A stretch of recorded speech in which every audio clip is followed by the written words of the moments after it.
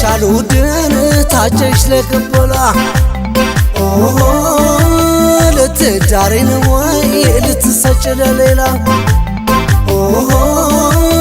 ወገን ዘመዶችሽ አጓጉል ሳይሆኑ ቀድመሽ ንገራቸው ሳይሞላ ገኑን ሳይሞላ ገኑን ፎክረሃል አለው እኛን ማነው ዋሱ መቼ ነው ቀጠሮ መቼ ነው ድግሱ የታል የእጅ መንሻው በሬና ፈረሱ ማን የሚያገባ ተብት እኔ ነኝ እሱን እኔ